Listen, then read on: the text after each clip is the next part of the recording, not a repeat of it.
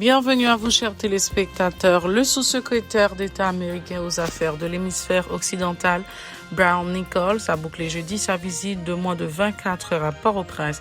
Il a promis que les États vont intensifier la lutte contre les trafiquants d'armes qui approvisionnent les gangs armés en Haïti.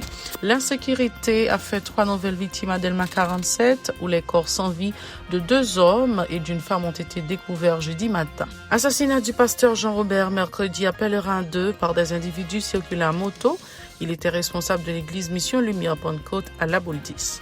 Le chef de la délégation de l'Union européenne UE en Haïti, Stefano Gatto, a rencontré mercredi les représentants d'une dizaine de médias à Pétionville, dont le PDG de Radio-Télé Pacifique et du journal Le National, l'ingénieur Hervé Lerouge, en vue d'une meilleure compréhension de la coopération entre l'UE et Haïti. Restez branchés, les détails, c'est tout de suite. Si vous jugez que cette vidéo est intéressante, n'hésitez pas à liker et partager la vidéo. Et surtout, n'oubliez pas de vous abonner à cette chaîne et activer la cloche de notification pour ne pas louper aucune de nos vidéos.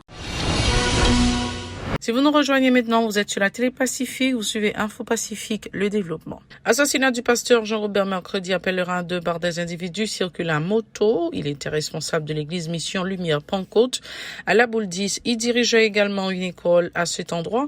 On a appris que le chauffeur du défunt a été récemment abattu non loin de son église. Crash d'un hélicoptère dominicain Bell 206-HI 951 mercredi au niveau de la frontière. Il devait atterrir à Port-au-Prince. Le seul occupant de l'appareil, le colonel pilote de la police dominicaine, Negarit Maria Espaillat, est décédé dans l'accident, a rapporté la presse dominicaine. L'Institut dominicain de l'aviation civile, IDAC, a précisé que l'engin avait décollé de l'aéroport international Joaquin Balaguer. Il s'est écrasé entre 2 montagnes non loin de Los Naranjos et Cercalassos. Une enquête a été ouverte autour de ce crash. Le sous-secrétaire d'État américain aux affaires de l'hémisphère occidental, Brian Nichols, a bouclé jeudi sa visite de moins de 24 heures à Port-au-Prince. Brian Nichols a eu des échanges avec le premier ministre Ariel Henry, les membres du Haut Conseil de transition, des dirigeants politiques, des représentants de la société civile et des diplomates accrédités en Haïti. Il s'est félicité de la mise en place du Haut Conseil de transition, indiquant qu'il s'agit d'un bon pas vers l'application de l'accord du 21 décembre dernier. Écoutons les propos de Brian Nichols, recueillis par Hirsch Résil et Jocelyne François. Pendant un voyage, Sam s'est rencontré avec le Premier ministre Henry et au Conseil de transition. Les États-Unis d'Amérique, avec la communauté nationale, continuent à travailler avec le Premier ministre Henry pour améliorer la question sécuritaire et fournir aide humanitaire et faciliter le dialogue politique pendant que le reconnaît la représentation gouvernement en place là. M'encourager au conseil de transition et l'autre secteur à travers le pays, dans différents secteurs, pour tracer chemin qui mène vers une restauration de l'ordre démocratique et améliorer les conditions sécuritaires au peuple haïtien. Flexibilité dans le secteur politique, société civile et secteur privé, la nécessaire pendant le processus ça. Il a rencontré aussi avec le corps diplomatique qui est accrédité en Haïti et côté que le support était très important pour te rendre et accord politique 21 décembre 2002 pour te faire un succès. Par ailleurs, Brian Nichols a promis que les États-Unis vont intensifier la lutte contre les trafiquants d'armes qui approvisionnent les gangs armés qui alimentent l'insécurité en Haïti. Le diplomate a indiqué qu'Haïti n'est pas le seul pays de la région concerné par le trafic d'armes, ajoutant que des sanctions seront adoptées contre toute personne impliquée dans ce type d'activité illicite. Ses propos. President Biden and his administration have Président Biden était clair pour opposer à trafic illégal des armes à feu. under his leadership, Sous leadership liant, the United States has imposed les États-Unis imposent des nouvelles pénalités on those who purchase weapons and then sur les gens qui achètent des armes et trafiquent eux to neighboring countries. à pays voisins. The United States provides a Les special États-Unis fournissent de investigative support investigatif support based in Trinidad and Tobago and Miami basé au Trinidad et Tobago et Miami contre against trafiquants weapons d'armes à feu. to trace the origin of Et pour weapons retracer les armes, origines des armes que nous jouons dans le pays, dans le Caraïbe. Là. The U.S. Department of Justice Le département de justice américain has dedicated efforts dédié des efforts to prosecute those responsible for arms trafficking in the Caribbean. Pour mener devant la justice pour monde qui est responsable de trafic d'armes dans le pays Caraïbes là. Plus loin, le sous-secrétaire d'État a annoncé une aide humanitaire et sanitaire de 60 millions de dollars américains à Haïti par le biais de l'Agence américaine pour le développement international USAID. Ces fonds serviront particulièrement à renforcer la lutte contre l'épidémie de choléra dans le pays, a fait savoir Brian Nichols. On l'écoute une fois de plus au micro de Hirsch Rézy, les gens Sully François. Les États-Unis d'Amérique étaient profondément engagés pour adresser besoins humanitaires en Haïti, y compris choléra qui vit en Koulala, insécurité alimentaire et violence basée sur le genre. Le gouvernement américain, à travers le Centre de contrôle pour maladies et USAID, a engagé plus de 60 millions de dollars pour réponse humanitaire, y compris pour le problème d'éruption choléra. Financement, ça va aider les partenaires pour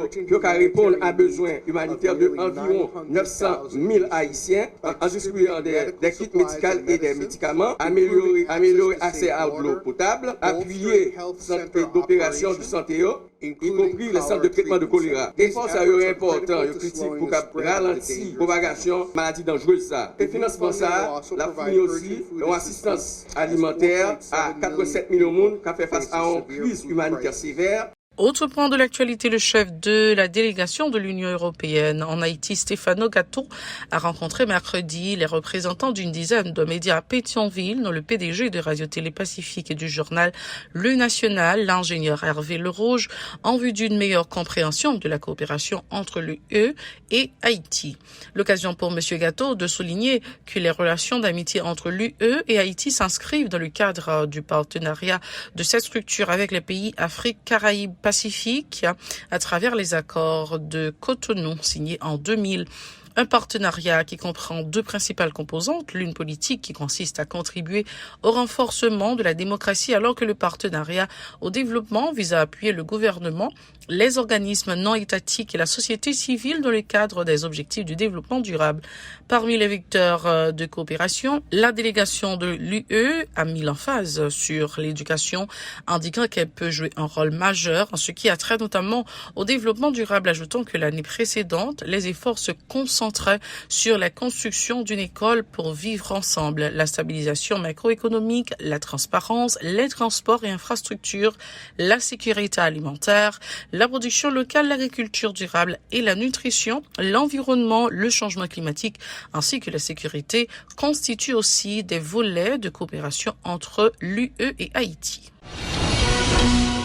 L'Union nationale des normaliens haïtiens, UNO, condamne une fois de plus la persistance de l'insécurité, indiquant que personne n'est à l'abri des agissements des gangs criminels. Le responsable de la coordination de l'Ouest de l'UNO, Peggy Noël, préconise la création des comités de résistance dans les quartiers en vue de contrer les actions des bandits.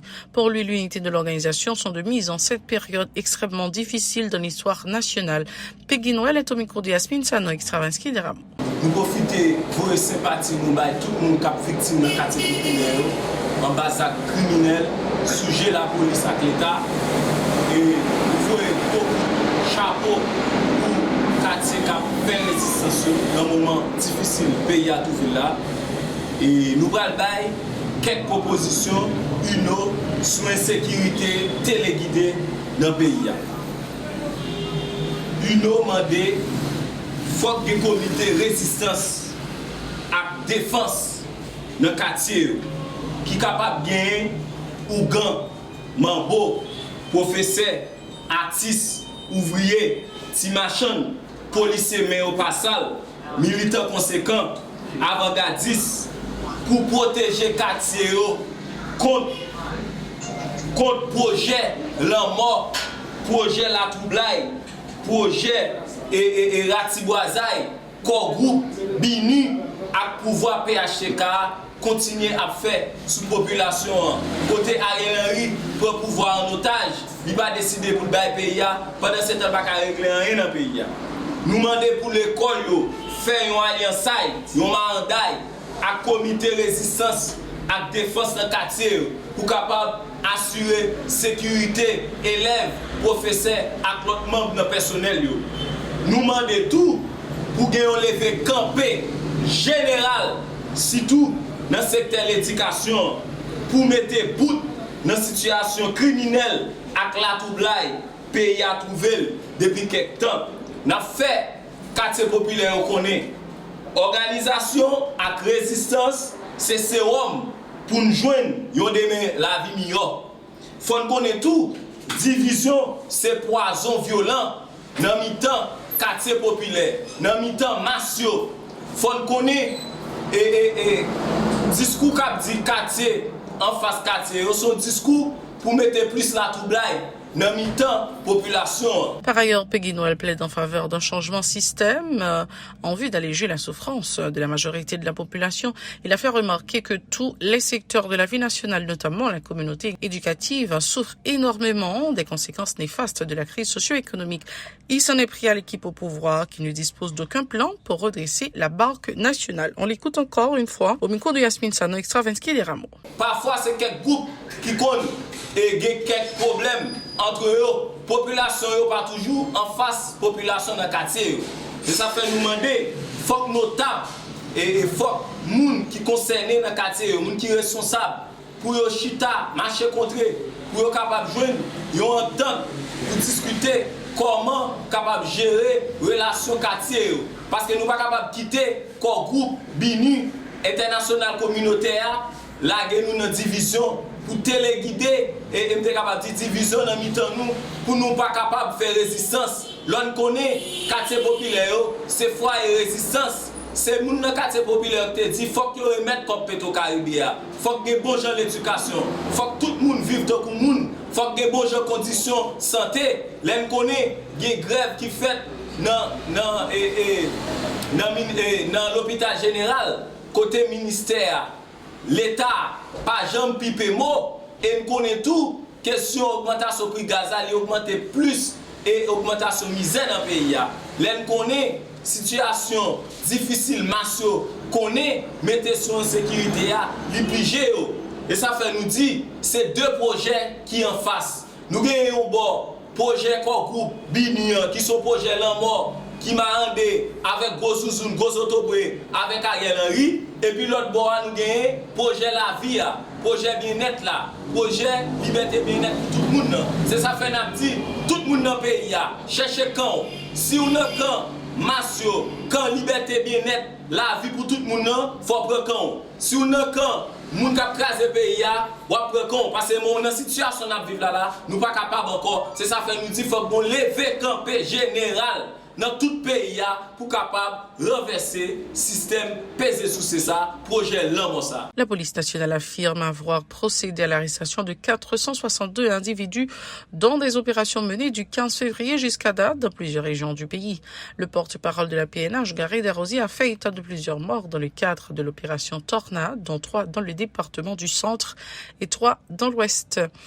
Les agents de l'ordre ont également récupéré 11 armes, confisqué 10 véhicules et saisi 5 kilos de cocaïne et marijuana. L'inspecteur Gary Desrosiers a indiqué avoir recensé 4 cas de viol, dont 2 sur mineurs. Écoutons-le au micro de Véron Arnaud et Ederson Jean-Claude. Conférence, bilan partiel sous ensemble opérations et affaires traitées au niveau de la police nationale du 15 février à date. Gagné en total 11 armes qui saisies, plusieurs munitions. Il y a 10 véhicules qui sont confisqués par la police, 5 kilos de cocaïne saisis, 12 kilos de marijuana saisis, il y a 4 cas de viol que nous recensés, dont 2 mineurs. Il y a plusieurs bandits qui malheureusement blessés mortellement. Et au niveau de la circulation, il y a 10 blessés, dont 7 dans l'ouest, et 6 morts, dont 3 au niveau centre. Il y a en total 462 arrestations qui faites sous tout département. Et pour finir, l'organisation des jeunes citoyens pour l'intégration sociale, OJCIS, encourage les femmes à poursuivre la mobilisation en vue de faire respecter leurs droits. Selon cette structure, les droits des femmes et des filles sont généralement sapés à tous les niveaux, indiquant que l'intégration des femmes est l'un des vecteurs du développement du pays. On écoute Cara Medine Michel au micro de Hirsch Résilier d'Erson Jean-Claude. Objectif activité ça journée femme ça 8 mars là, est basé sur évolution droits femmes en Haïti. Nous avons commencé là qui côté droits femmes ont commencé en Haïti côté il fait un pile évolution avec côté tout gain un pile avancé qui fait sur question ça. C'est dans le cadre de ça, nous-mêmes aussi, nous faisons sensibilisation ça pour jeunes, avec mesdames tout, et surtout monsieur tout, parce que nous vivons dans une société en Haïti, côté que, en pile jeune par contre qui sa journée ça représenté pour eux. Ils juste parce que c'est seulement journée femme niée sans que on pas connaît que c'est journée internationale droit de la femme niée. Côté droit nous côté droit nous camper et droit nous supposer continuer toujours. C'est pas un anniversaire, c'est pas le moment pour nous mêmes femmes pour nous recevoir fleurs, pour nous recevoir cadeaux dans journée ça. C'est un moment pour nous dire non à la violence, pour nous dire non avec toute stigmatisation, avec toute discrimination qu'a fait sur nous mêmes dans le pays, pour nous dire nous bouquer ensemble avec trop injustice qu'a fait sur femmes et nous mêmes dans O6, nous travaillons avec tout le monde et surtout avec femmes ça qui ont subi discrimination et stigmatisation. C'est la fin de ce journal. Merci d'avoir été avec nous. Au revoir. À la prochaine.